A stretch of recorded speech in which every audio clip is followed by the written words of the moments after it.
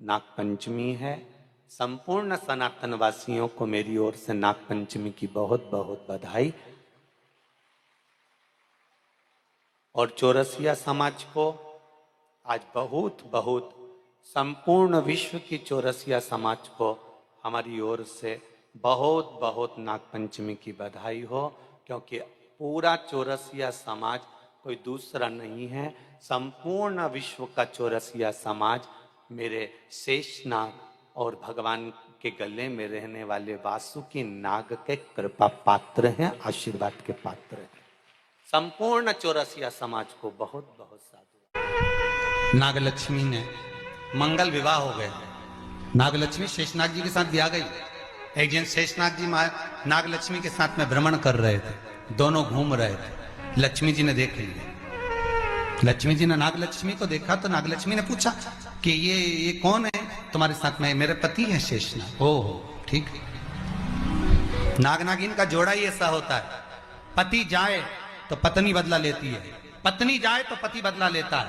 इसलिए हिंदू धर्म की रीति है, गाड़ी के नीचे हाथ में किसी भी रूप में अगर आपसे सर्प मरा है, सर्प की हत्या हुई है, या आपने किसी के द्वारा सर्प पकड़ाकर छुड़वा भी दिया है, तो निवेदन रहता है चांदी का एक नाग नागिन छोटा सा बनाकर, छोटा सा उसको शक्कर के कलश में रखकर बांधकर शिव मंदिर में रखकर आ जाइए। उसको दे दो शिव बाबा को कि अब हमारी तरफ से हमने हाजिरी लगा दी, हमसे दुख, हमसे गलती हुई, हम क्षमा चाहते। गलती मनुष्य से होती है, मानव से होती है, हो गई गलती, अब आपको साधना।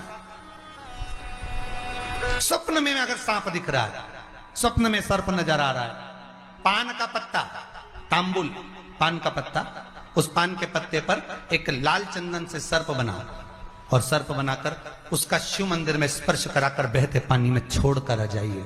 सर्प दिखना बंद, स्वप्न में कभी नहीं दिख सकता। सर्प का घर में सर्प आ रहा है, आस्तिक मुनि का स्मरण करिए। 5 लौंग, एक नाग नागिन का जोड़ा छोटा सा, किसी भी स्थान पर ईशान कोण के अंतर्गत उसको थोड़ा सा खड्डा खोदकर 5 लौंग के साथ नाग नागिन के जोड़े को दबा दीजिए, मिट्टी डाल दीजिए। घर में जब नाग नागिन का जोड़ा आप दबाएं तब आस्तिक मुनि का नाम लेकर दबाएं, मां मनसा का नाम लेकर दबाएं, जो नागों की बहन है, उस मनसा देवी का स्मरण कर कर उसको डाल दी। आज भी हमारे यहाँ हिंदू धर्म नीति है, जब पहला कॉलम नए मकान का पहला कॉलम जब भराता है, उसमें तांबे के कलश में नाग नागिन रखकर, कमलगट्टा रखकर, अमरबेल रखकर, थोड़ी सी सरसों रखकर उसका पूजन कर कर पहले कॉलम के अंदर, जो पहला कॉलम भराएगा गड्ढे का, पहला जो सरिया रखाता है, कॉलम भराता है, वास्तु पूजन के हिसाब से उसमें रखा जाता है। और वो उसके रखने के बाद भी जब मकान का मुहूर्त होता है तो वास्तु पूजन में नाग नागिन का जोड़ा रखाता है, वो भी उस मकान में कहीं ईशान के अंतर्गत उसको दबाया जाता है। उसको भी इसलिए कह देते हैं यहाँ पत्थर मत लगाना, यहाँ टाइल्स मत लगाना। पंडित जी से पूछोगे तो ब्राह्मण बता देगा इस जगह पर टाइल्स ना लगाइए, इस जगह पर पत्थर ना लगाइए, यहाँ पर वो गोला रखा जाएगा, यहाँ पर वो नाग नागिन का जोड़ा रखाएगा वास्तु पूजन के बाद। 4 लोहे की कील, नागफणी कील, वास्तु पूजन में चारों मकान में चारों तरफ लगाई जाती है। क्यों लगाते हैं? कि कोई दोष हुआ हो, कोई जीव यहाँ रहता हो, सर्प का निवास हो, अगर मकान बनाने में टूट गया हो, किसी का मन दुखा हो, तो वो मन ना दुखे। क्षमा याचना, परम आभूषण है, क्षमा मांग लेना, परम आभूषण। गलती करो तो क्षमा मांगने में देरी ना करो। हो गई गलती, हो क्षमा है, हम क्षमा मांगो। हे शंकर, हे शंभु, हे त्रिकालदर्शी, हे कैलाशी, हे अविनाशी, क्षमा कर दो, गलती हो गई। श्रावण के महीने की पंचमी कौन सी तिथि? पंचमी। चाहे वो शुक्ल पक्ष की हो, चाहे वो कृष्ण पक्ष की। चढ़ाते हो आप लोग पंचमी के दिन? चाहे नाग पंचमी हो, चाहे श्रावण महीने की शुक्ल पक्ष की, चाहे कृष्ण पक्ष की पंचमी हो,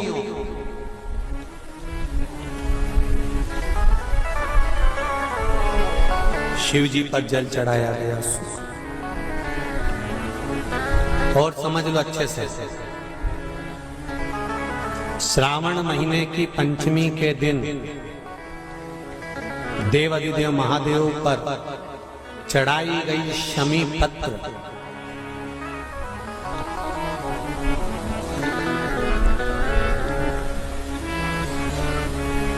शंकर भगवान पर चढ़ाई गई शमी पत्र आस्तिक मुनि का नाम लेकर, कौन से मुनि? आस्तिक मुनि का नाम लेकर शमी पत्र को वापस उठाकर उसको अपने दरवाजे की चौखट पर कहीं पर भी या द्वार पर कहीं पर भी एक ओर रख देने पर घर के अंदर, बगीचे के अंदर सर्प प्रवेश नहीं करता। ध्यान रखिए, सर्प प्रवेश नहीं करेगा। शमी पत्र समर्पित करने पर, उस शमी पत्र को आस्तिक मुनि का स्मरण करने, कौन से मुनि है? आस्तिक मुनि का स्मरण करने पर भीतर घर के अंदर बगीचे में सर्प भी प्रवेश नहीं। उस शमी पत्र में जया, विषहरा, शामली वारी, दौतली और देव, ये पांचों कन्याओं का भाव प्रकट हो जाता है और वो कन्याएं हमारे घर के द्वार की रक्षा करती हैं। तुम्हारे घर की बहन बेटी क्या करती है? तुम्हारे घर की बहन बेटियां क्या करती हैं? घर में बहन बेटी आती हैं तो बद्दुआ देकर नहीं जाती। घर में कन्याएं रहती हैं, बद्दुआ नहीं देती।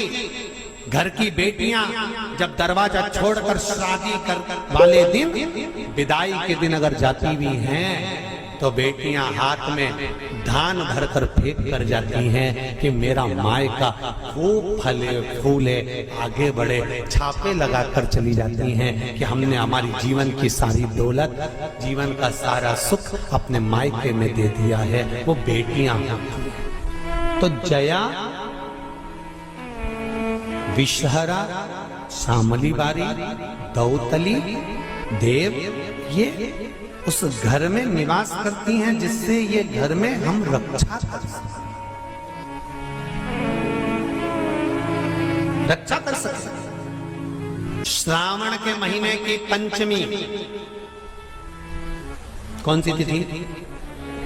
पंचमी। चाहे वो शुक्ल पक्ष की हो, चाहे वो कृष्ण पक्ष की। श्रावण महीने की पंचमी के दिन शंकर भगवान पर जिस जिस परिवार के व्यक्ति का कांवड़ जल हमने बताया है आपको, जरूरी नहीं है कि डंडा बांधकर 2 कावड़ के जल के लोटे लेकर जाओ, आप अपने हाथ में भी 2 पात्र लेकर जा सकते हैं। पंचमी तिथि के दिन हाथ में 2 लोटे जल के, 2 कलश जल के जब हम शंकर भगवान को चढ़ाते हैं तो ऊपर जो कमंडल होता है शिव जी के ऊपर जलधारी होती है, जिसमें जया, विषहरा, शामली बारी, दौतली और देव, शंकर भगवान की 5 बेटियां जिसमें विराजमान होती हैं। जब हम जल समर्पित करते हैं, हमारे पीढ़ी में, परिवार में अगर कोई अधोगति में मर गया होता है, कुंवारी अवस्था में चले गया होता है, गर्भ में मर गया होता है, गर्भ के बाहर निकलकर भी अगर कुंवारी अवस्था में चले गया होता है, तो श्रावण महीने की दोनों पंचमी पर परिवार का अगर कोई एक व्यक्ति भी जल चढ़ा देता है शंकर भगवान पर, तो सर्प की योनि में नहीं पड़ता, जीव मुक्त हो जाता, प्रेत योनि में सर्प की योनि से मुक्त हो जाता।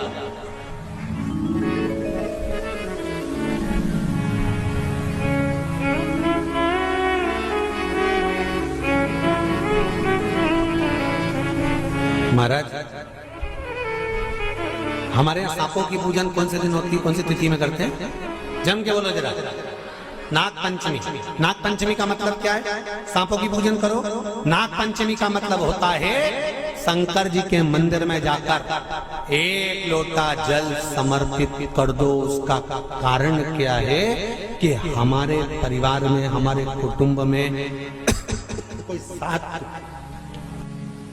कुटुंब में, परिवार में कोई 7 पीढ़ी के अंतर्गत भी अगर कोई जीव तड़प रहा होता है, पड़ा हुआ होता है, उसकी मुक्ति नहीं होती है, तो पंचमी का चढ़ा हुआ जल उस जीव को प्राप्त हो जाता है और वो जीव तर जाता है, उसका फिर जन्म नहीं होता, वो तर। इसको मुक्तता कहता। 5 स्थान है जहां पर भगवान शंकर को चढ़ा हुआ जल यदि हम लगाते हैं तो हमारे 9 ग्रह, चाहे शनि हो, चाहे राहु हो, चाहे केतु हो, चाहे बृहस्पति हो, सारे ग्रह हमारे अनुकूल हो जाते हैं। 5 स्थान बताए और बड़े सावधानी से स्मरण करिएगा उन 5 स्थानों का। शिवजी पे चढ़े हुए जल को यदि हम झेल कर अपनी नेत्रों पर लगाते हैं, मस्तिष्क पर लगाते हैं, कर्णों पर लगाते हैं, कंठ पर लगाते हैं और अपने हृदय पर लगाते हैं, तो व्यक्ति की जिंदगी में कैसा भी ग्रह का दोष हो वो धीरे धीरे समाप्त होते चले जाते। नेत्र, कर्ण, मस्तिष्क, कंठ और हृदय,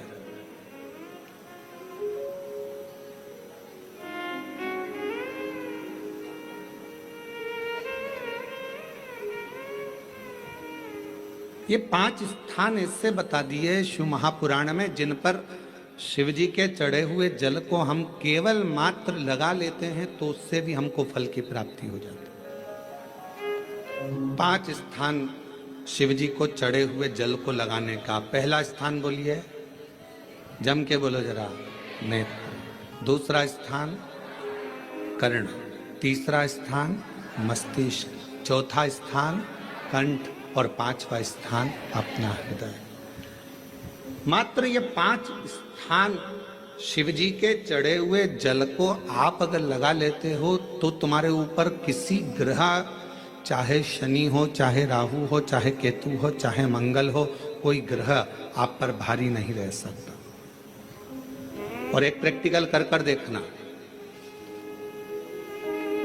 शिव महापुराण सुना करो तो प्रैक्टिकल जरूर करा करो, क्योंकि आपको मालूम पड़ना चाहिए कहीं सियोर वाला महाराज झूठ तो नहीं बोल गया। प्रैक्टिकल जरूर करो और प्रैक्टिकल का फल मिले तो पत्र में जरूर लिखकर भेजो कि हाँ हमने कथा सुनी थी कोरबा की, और कथा सुनने के बाद मुझे 3 महीने में जो प्रैक्टिकल करा मैंने तो उसका फल मिला मुझे। प्रैक्टिकल करो। जिस लड़की को, जिस लड़के को मंगल है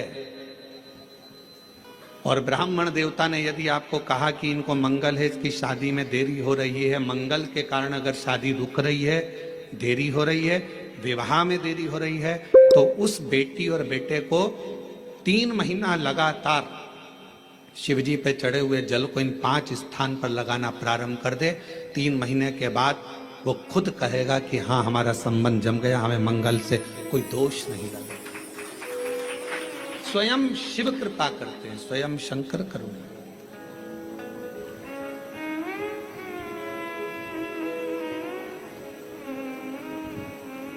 ये 5 स्थान मेरे देव अधिदेव महादेव की अविरल भक्ति के लिए, निर्मल शुद्धि के लिए है। नेत्रों पर जल लगाने से मतलब है कि जब भी मैं दर्शन करूं तो मेरे देव अधिदेव महादेव का करूं, शिव।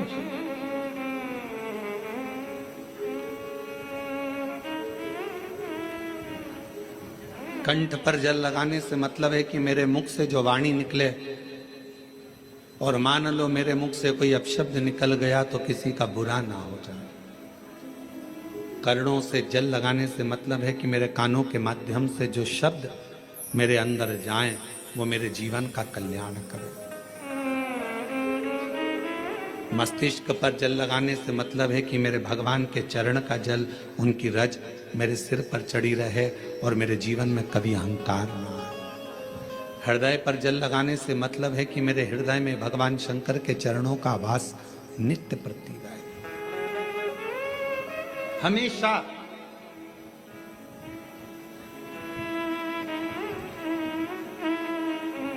प्रदोष का नियम बना लो। शिव जी के शिवलिंग पर 5 जगह पर त्रिपुंड लगाना है चंदन का। समझेंगे अच्छे से? मान लो शंकर भगवान का शिवलिंग है और ये शिव जी का शिवलिंग है, ये जलाधारी है, ये गणेश जी का स्थान, कार्तिकेय का स्थान, बीच में अशोक सुंदरी का स्थान। शिव जी के ऊपर जो बूंद बूंद पानी जलाधारी में से टपकता है वो शिव जी की 5 लड़कियां। नाम बोलेंगे साथ में, जया, विषहरा, श्यामली बारी, दौतली, देव। शिव जी की 5 बेटियां। शिवलिंग में अगर आपने, डॉक्टर ने कहा कि बहुत बड़ी बीमारी है, तकलीफ है, 5 स्थान पर त्रिपुंड लगाना प्रारंभ करो। पहला, दूसरा, तीसरा, चौथा, 5वां। अर्थात शिवलिंग के कहीं पर भी भाग पर आप अगर 4 स्थान पर नीचे भी लगाएं और 1 स्थान पर ऊपर भी लगाएं, शिवलिंग के किसी भी भाग पर 5 जगह पर चंदन का लेपन करना प्रारंभ करो। उसी चंदन के भाग में से 5 जगह का नमः शिवाय बोलकर थोड़ा सा चंदन लेकर आइए, कंठ पर और वक्षस्थल अर्थात हृदय पर उसको लगाना प्रारंभ करो। धीरे धीरे धीरे धीरे रोग कंट्रोल में आएगा और दुख मिटना प्रारंभ हो जाएगा। दुख मिटेगा। शिव जी के पंचानंद मुख से पंचाक्षर मंत्र प्रगटा है। कौन सा मंत्र है? सब बोलिए, नमः नमः। राम जी तक अगर तुमको तुम्हारी पूजन पहुंचाना है, भगवान कृष्ण तक तुम्हें अपनी कोई पूजन पहुंचाना है, देवी जी तक तुम्हें कोई पूजन पहुंचाना है, बृहस्पति महाराज, नवग्रह, राहु, केतु, चंद्र, सूर्य, बुध, मंगल, जो भी ग्रह हैं, शनि आदि, उन तक तुम्हें अपनी पूजन पहुंचाना है। अपनी कुल देवी, कुल देवता, पितर देवता, जितने भी देवी देवता हैं, उन तक अगर आपको कोई पूजन पहुंचाना है तो किसकी पूजन करेंगे? तो कहा शंकर भगवान की अगर किसी ने पूजन कर ली तो 33 कोटि देवता तक वो पूजन पहुंच जाए। फिर वो पूजन 33 कोटि देवता तक पहुंच जाएगी। ये जितने भी देव हैं, जितने भी देवता हैं, जितनी भी देवियां हैं, जितने भी देव आदि हैं, चाहे वो पितर देव हों, चाहे कुल देव हों, चाहे वो कुल देवी हो, और जितने भी देवी देवता हैं, ये वृक्ष की पत्तियां, फूल और फल हैं।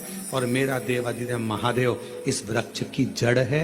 जड़ को पूज लोगे तो सारे वृक्ष के अपने आप पूरी पत्तियों को, पूरे फल को, पूरी पुष्प को पूज दिया।